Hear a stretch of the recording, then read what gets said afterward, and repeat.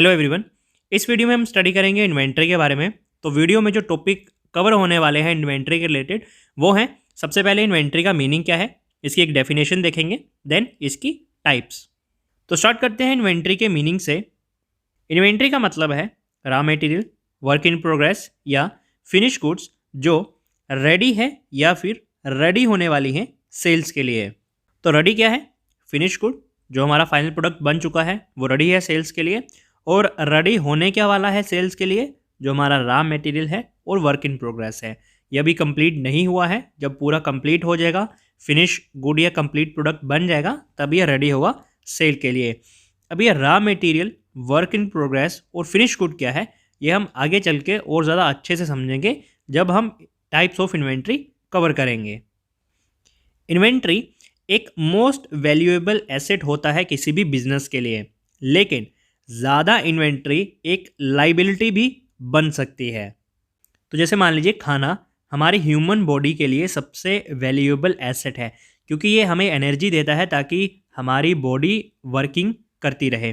इसी तरह अगर हम ज़्यादा एक्सेस में फूड लेते हैं तो वो हमारी ह्यूमन बॉडी को प्रॉब्लम भी क्रिएट कर सकता है। इसी तरह कंपनी के लिए इन्वेंट्री होती है, जितनी ज़रूरत है अगर उतनी इन्वेंट्री होगी तो ये सबसे वैल्यूएबल एसेट होता है, क्योंकि यही कंपनी को आगे चल के रेवेन्यू प्रॉफिट जनरेट करके देता है। वहीं अगर एक्सेस इन्वेंट्री होगी जो कि बेची नहीं जाएगी तो बाद में यही लाइबिलिटी बन जाती है। इन्वेंट्री का सोल पर्पस होता है कि उसे कस्टमर्स को सेल करना ताकि प्रॉफिट जनरेट किया जा सके।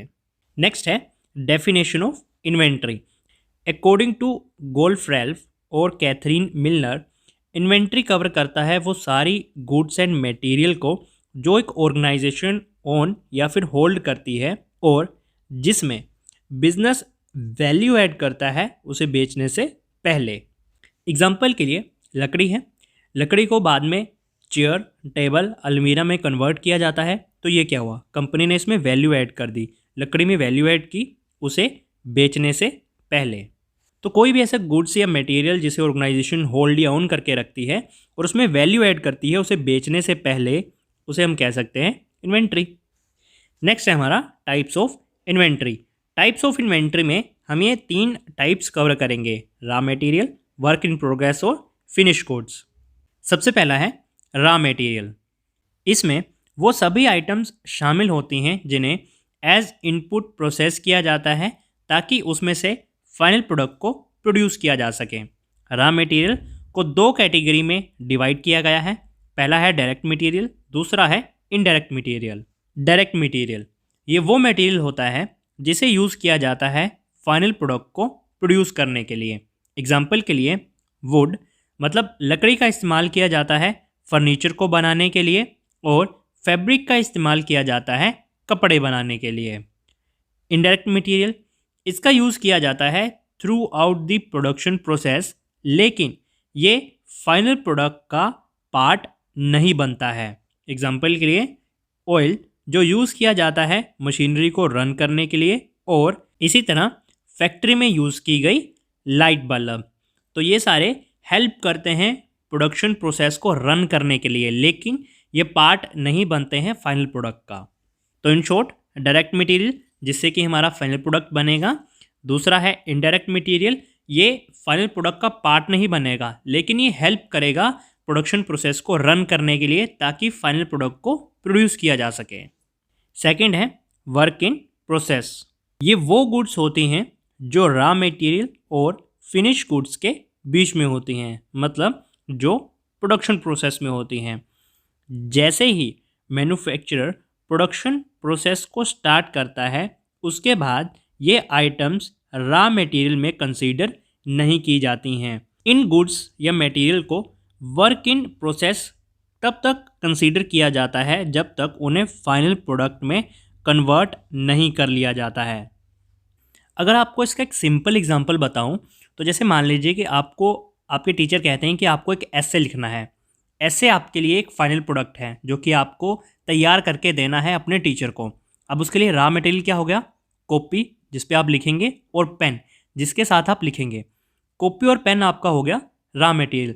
जैसे ही आपने पेन से उस कॉपी पे लिखना स्टार्ट कर दिया तो अब वो आपका रॉ मटेरियल नहीं रहा, वो अब आपका वर्क इन प्रोग्रेस हो गया, कि आप उसे अब लिख रहे हैं ऐसे को।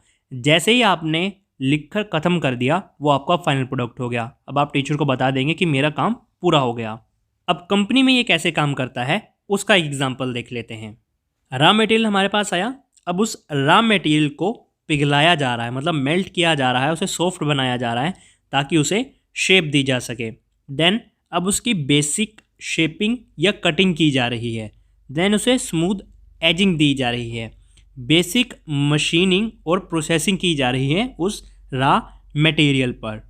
अब मशीन क्या कर रही है, वो जितने भी पार्ट्स है उनको शेप दे रही है जिस शेप का उसे प्रोडक्ट चाहिए।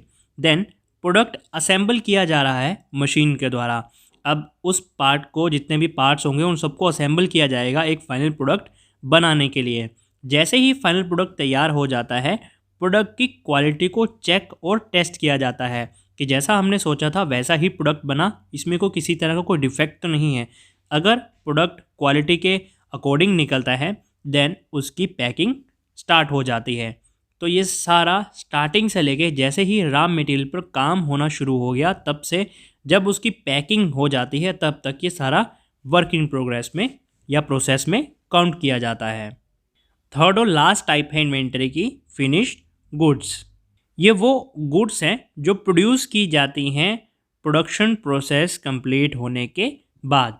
तो जितना भी हमने पिछली टाइप में प्रोडक्शन प्रोसेस देखा सारा, उसको कंप्लीट होने के बाद हमारा एक प्रोडक्ट या फिनिश गुड प्रोड्यूस होता है। दूसरे शब्दों में हम कह सकते हैं कि ये फाइनल प्रोडक्ट हैं उस प्रोडक्शन प्रोसेस के जो कि रेडी हैं मार्केट में सेल करने के लिए। एग्जाम्पल के लिए ऑयल एक फाइनल प्रोडक्ट है किसी ऑयल कंपनी का। तो यहाँ पर आप जितनी भी इमेजेस देख रहे हैं, कोलगेट है, माउंटेन ड्यू है, yippee, Maggi, Head and Shoulders, Tide, chocolate, ये सारे फाइनल प्रोडक्ट हैं। ये मार्केट में रेडी हैं सेल करने के लिए, लेकिन उससे पहले इस पर काफ़ी कुछ प्रोडक्शन प्रोसेस हुआ है, इन्वेंट्री आई है, उस पर वर्क इन प्रोग्रेस हुआ है, देन ये जाके फाइनल प्रोडक्ट बना है।